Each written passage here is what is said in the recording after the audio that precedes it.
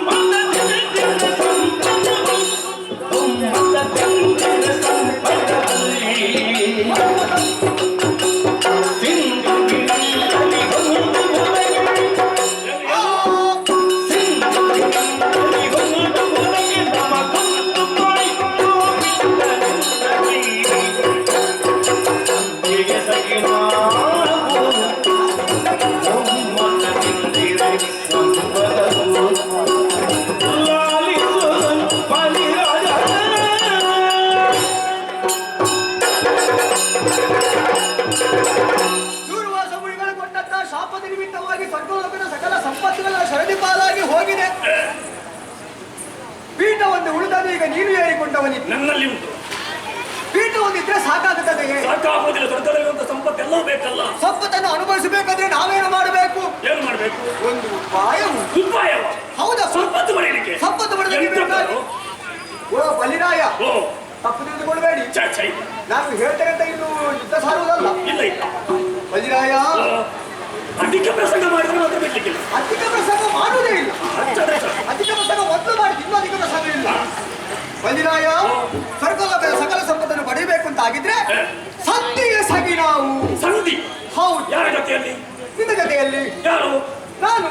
ನನ್ನ ಜೊತೆಯಲ್ಲಿ ನೀನು ಸಂಧಿ ಮಾಡಿಕೊಳ್ಬೇಕು. ಕೇವಲ ನಾನು ಮಾತ್ರ ಅಲ್ಲ, ಮತ್ತೆ 56 ಕೋಟಿ ರಾಕ್ಷಸ ವೀರ, 33 ಕೋಟಿ ದೇವತೆಗಳು ಜೊತೆಯಾಗಿ ಸೇರಿಕೊಂಡು ಸಮುದ್ರವನ್ನು ಮತಿಸಬೇಕು. ಸಮುದ್ರವನ್ನ? ಹೌದು. ಮತಿಸುವುದು ಅದು ಸಾಧ್ಯ ಉಂಟೇನು? ದೊಡ್ಡ ಶಾಪದಿಂದ ಎಲ್ಲವೂ ಶರದಿ ಪಾಲಾಗಿದೆ, ಶರದಿ ಗರ್ಭದಲ್ಲಿದೆ. ಈಗ ಸಮುದ್ರ ಮಥನ ಮಾಡಬೇಕು ಅಂತ ಮಾಡಿದ್ರೆ ಸ್ವರ್ಗಲೋಕದ ಸಕಲ ಸಂಪತ್ತೆಲ್ಲ ಮೇಲೆ ಬರುತ್ತದೆ. ಬರುವುದಕ್ಕೆ ಸಾಧ್ಯ? ಹೌದು.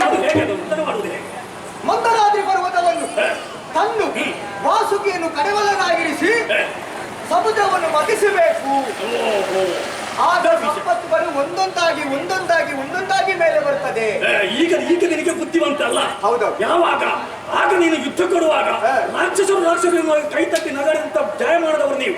ಆದ್ರೆ ಇಂದು ಈ ರಾಕ್ಷಸರನ್ನೇ ನಿನ್ನ ಪಾಲಾಗಿಸಿಕೊಂಡು 66 ಕೋಟಿ ದಾನವರನ್ನು 33 ಕೋಟಿ ಒಟ್ಟಾಗಿಸುತ್ತಾ ಇದ್ದೀರಲ್ಲ, ಈಗ ನಿನಗೆ ಬುದ್ಧಿವಂತಲ್ಲ. ನಮ್ಮ ಪ್ರಾರಬ್ಧ ಕರ್ಮ ಅನುಭವಿಸಬೇಕು ಜೀವನದಲ್ಲಿ. ಹೌದೌದು.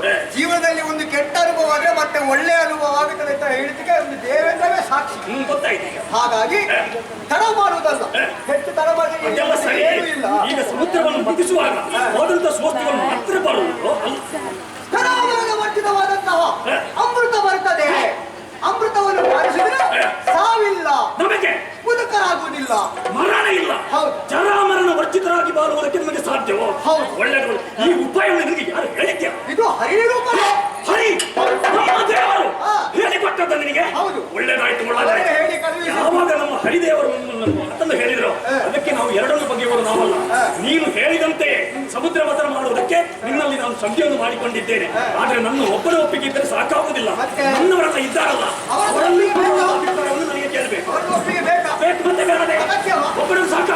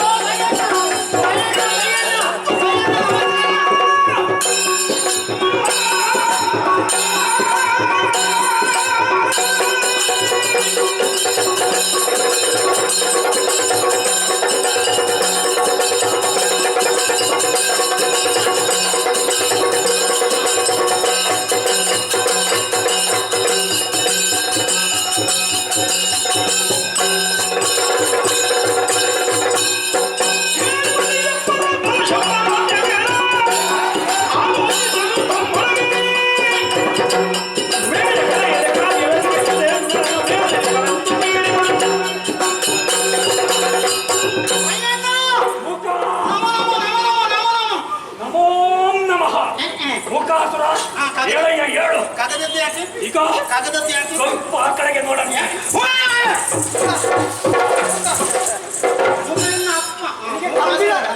ತಪ್ಪಿರಬೇಕಾ ಓಡಿ ಹೋಗಿದ್ದಾನೆ.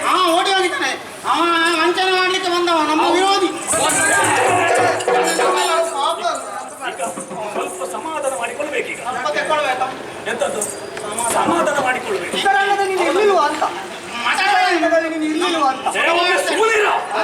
ಸಮಾಧಾನ ಮಾಡಿಕೊಳ್ತೇನೆ ನಾನು. ಅವರನ್ನು ಬೇಕಾಗದ ಈಗ ಅವರನ್ನು ನೀನು ಬಡಿಲಿಕ್ಕೆ ಹೋಗಿಲ್ಲ ಅವರಿಗೆ, ಅವರ ಮುಖವನ್ನು ಮೇಲೆ ನೋಡಂತೆ. ಸಪ್ಪೆ ಎಂತದ್ದಿಲ್ಲ ಈಗ. ಏನಿಲ್ಲ, ಆಯುಧ ಇಲ್ಲ ಕೈಯಲ್ಲಿ. ಇಲ್ಲ ಅಲ್ಲ, ಮೊದಲೆಲ್ಲ ಬರುವಾಗ ಆತನ ಮುಖದಲ್ಲಿ ಒಂದು ಕಾಂತಿ ಇತ್ತು. ಕಾಂತಿ. ಸ್ವರ್ಗಲೋಕದ ದೊರೆ ಅಲ್ವಾ? ಹೌದೌದು. ಆದ್ರೆ ಇದು ಉಂಟಾ? ಯಾವುದೂ ಇಲ್ಲ. ಅವನ ಮುಖದಲ್ಲಿ ಒಂದು ತೇಜಸ್ಸು ಇತ್ತು. ತೇಜಸ್ಸು. ತೇಜಸ್ಸು. ಹೌದು. ಈಗ ಬರಿಗೈಯಲ್ಲಿ ಬಂದಿದ್ದಾರೆ. ಅಂತವರನ್ನು ನಾವು ಯಾವತ್ತೂ ಬಡಿಯಕೂಡದು. ಯುದ್ಧರಂಗದಲ್ಲಿ ಬೆನ್ನು ಹಾಕಿದವನನ್ನು, ಹುತ್ತ ಏರಿದವನನ್ನು, ಹುಲ್ಲು ಕಟ್ಟಿ ಕಚ್ಚಿದವನನ್ನು, ಆಯುಧ ಇಲ್ಲದವನು. ಆಯುಧ ಇಲ್ಲದವನು ಹಾಗೆ ಓಡಿಸಿ ನಾವು ಬಡಿಯಲೇಬಾರದು. ಅದು ವಿಷಯ. ಅದು ಶಾಸ್ತ್ರ ನೀತಿ ಅಲ್ಲ. ಹಾಗಿದ್ರೆ ನೀನು ಕಾಗದದ್ದು ಯಾಕೆ ಕಾರಣ ಉಂಟಯ್ಯ.